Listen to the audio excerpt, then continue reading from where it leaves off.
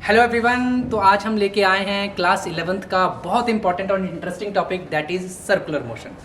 तो last chapter third chapter में motion in a straight line, उस चैप्टर में हमने कुछ फिजिकल क्वांटिटीज़ को डिस्कस किया था, लेकिन वो सभी की सभी फिजिकल क्वांटिटीज़ किस टाइप के मोशन के लिए थी? They were for rectilinear motion. Rectilinear motion का क्या मतलब होता है? That is the motion in a straight line, सीधे पाथ में सिंगल डायरेक्शन में जब भी पार्टिकल जाएगा that is called as rectilinear motion. लेकिन अभी हम बात करने वाले हैं सर्कुलर मोशन।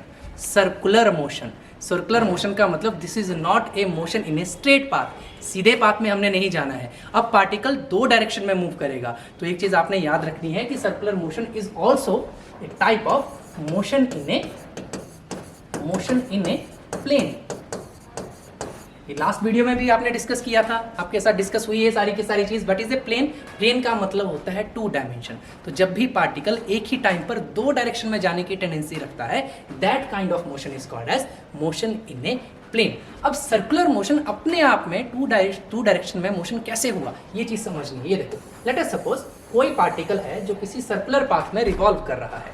अब ये टू डायरेक्शन में कैसे जाएगा ये चीज देखना बच्चे। If this is the centre of the circle, assume करते हैं पार्टिकल ने अपनी जर्नी स्टार्ट की फ्रॉम पॉइंट ए और पार्टिकल जा रहा है अपवर्ड डायरेक्शन में। ये देखो, पार्टिकल अपवर्ड डायरेक्शन में जा रहा है और आगे भी जा रहा है। अपवर्ड डायरेक्शन में जा रहा है तो वाई एक्सिस में जा रहा है, और फॉरवर्ड डायरेक्शन में जा रहा है तो एक्स एक्सिस में जा रहा है। ऐसे चलता गया, इधर अपवर्ड डायरेक्शन में जा रहा है तो वाई एक्सिस में जा रहा है, इस तरफ को जा रहा है तो नेगेटिव एक्स एक्सिस में जा रहा है। इसके बाद ये जो मैक्सिमम हाइट है, इसके बाद जब पार्टिकल डाउनवर्ड डायरेक्शन में आ रहा है तो particle minus negative x axis में भी जा रहा है और डाउनवर्ड डायरेक्शन में भी आ रहा है। इसका मतलब नेगेटिव वाई एक्सिस में भी जा रहा है। यानी हर एक पॉइंट के ऊपर आप ये डिफाइन कर सकते हो कि पार्टिकल एक्स एक्सिस में भी मूव कर रहा है और वाई एक्सिस में भी मूव कर रहा है।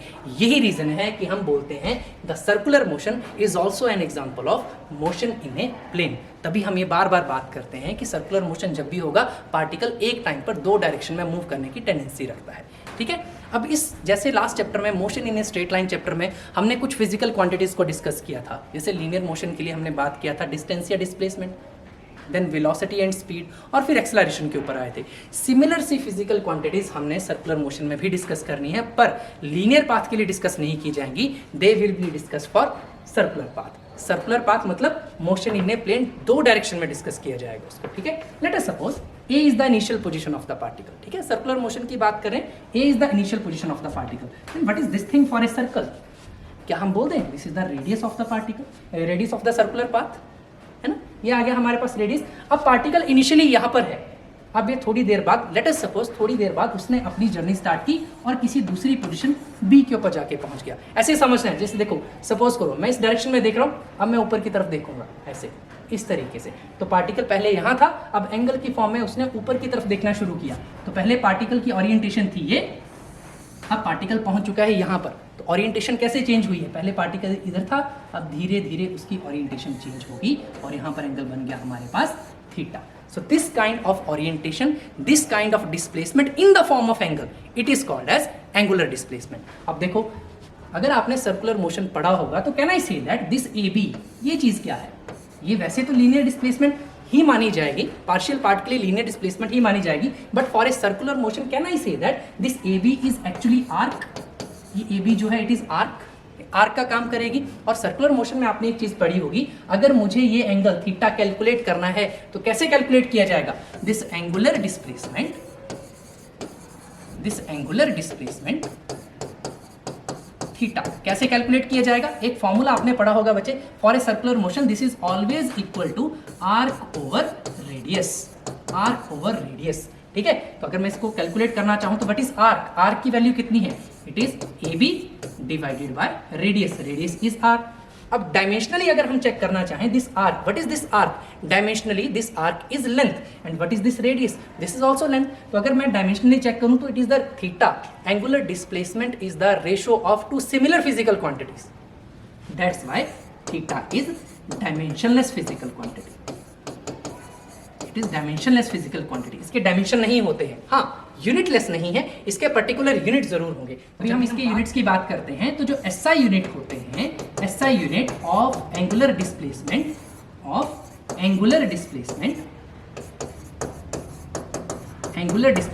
It is radian. ये चीज याद रखनी है।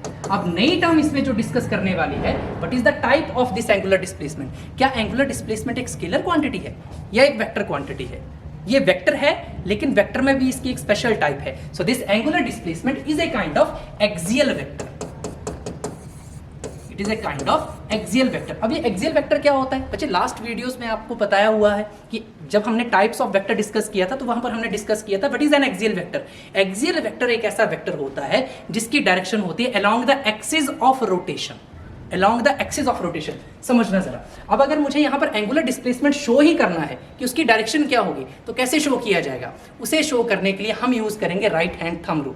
ये देखो, if the object is moving in this direction, कौन सी डायरेक्शन है बच्चे? This is anti clockwise direction. तो आपने अपने राइट हैंड की फिंगर्स को कर्ल करना है in the direction of the motion of the particle, और जो थंब है that thumb will give the direction of that axial vector. ये देखो, अगर अपने राइट हैंड की फिंगर्स को हम कर्ल करते हैं in the direction of the motion of the particle, now particle is moving in this direction, anti clockwise direction में रोटेट कर रहा है, तो इस एक्सिस के अलोंग, यहां पर ये है वो एक्सिस, इस एक्सिस के along what will be the direction of angular displacement? Angular displacement की डायरेक्शन होगी रेडियली आउटवर्ड, बिल्कुल बाहर की तरफ, ठीक है। इस केस में डायरेक्शन आ जाएगी आउटवर्ड। और अगर हम मान लीजिए डायरेक्शन ऑपोजिट कर देते हैं, अगर मान लो डायरेक्शन ऑपोजिट कर दिया, अब कैसी डायरेक्शन होगी? फिर से राइट हैंड की फिंगर्स को कर्ल करेंगे, it is going in clockwise direction, तो थंब की डायरेक्शन क्या होगी? Radially inward direction. तो राइट हैंड थंब रूल से, राइट हैंड